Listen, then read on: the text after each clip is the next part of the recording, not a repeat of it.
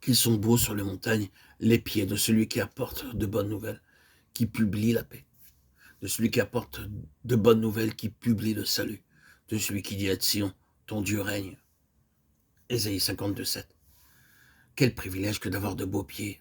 De tous les membres de notre corps, nos pieds sont ceux qui sont les moins beaux. Si nous comparons nos pieds à nos mains ou à nos oreilles, nous trouvons que nos pieds sont sales. Nous pouvons les laver à plusieurs reprises et ils continuent à paraître sales. Et pourtant, nous pouvons avoir de très beaux pieds, tandis que nous propageons à nos amis, à nos voisins, le message du salut. Tout croyant devrait être un témoin du Seigneur Jésus-Christ. Il n'est pas nécessaire d'être initié comme prédicateur ou comme docteur pour dispenser la parole de Dieu.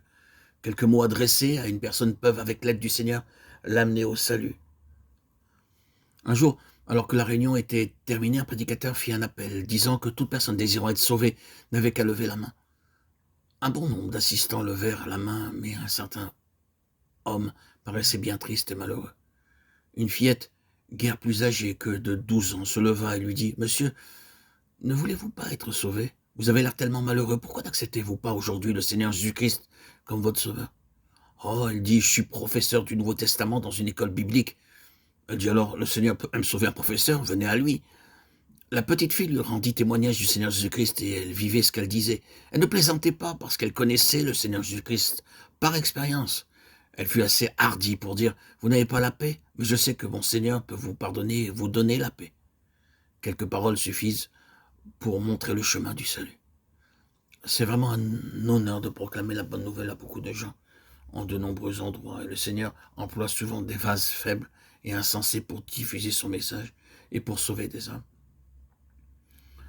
Quelques années auparavant, nous avons fait une procession dans le nord de l'Inde. Un petit garçon donna un évangile à un homme. Cet homme le déchira en petits morceaux. Mais le garçon dit « Oh, monsieur, vous avez déchiré le papier, mais vous ne pouvez pas déchirer l'évangile et son message. » Un musulman qui passait par là entendit ces paroles. Il s'adressa à cet homme et lui dit « Le petit garçon est plus sage que vous, monsieur. » L'homme s'excusa alors et acheta un évangile. Voilà, c'est si clair. Le Seigneur peut employer de petits enfants, même des analphabètes, pour apporter l'évangile. Quelques paroles suffisent et l'auditeur découvre ses péchés, demande pardon au Seigneur et devient un témoin du Seigneur Jésus. Avez-vous de beaux pieds? Demandez au Seigneur de vous en donner. Nous pouvons donner le message du Dieu vivant et vrai à tous ceux qui nous entourent et qui passent par des épreuves, des souffrances et des peines. Personne ne peut essuyer les larmes de ceux qui souffrent, mais nous pouvons aller les trouver et leur dire « Oh, mettez votre confiance dans le Seigneur Jésus. Il essuiera vos larmes. Il vous guérira si vous êtes malade. Il vous donnera tout ce dont vous avez besoin et il vous protégera. » C'est de cette façon que beaucoup sont devenus les pieds du Seigneur Jésus-Christ. Nous pouvons apporter le message de Dieu vivant à quiconque et leur dire qu'il est puissant pour répondre à tous leurs besoins. Il ne faut pas beaucoup de connaissances et de sagesse pour faire cela. Un homme cherchait la paix et allait trouver des pasteurs, des prédicateurs dans ce but. Mais personne ne put lui venir en aide.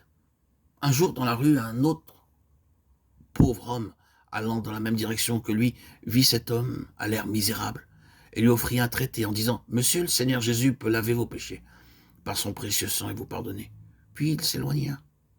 L'homme qui avait reçu le traité ne put s'empêcher de penser toujours à nouveau aux paroles de l'homme pauvre qui lui avait donné le traité.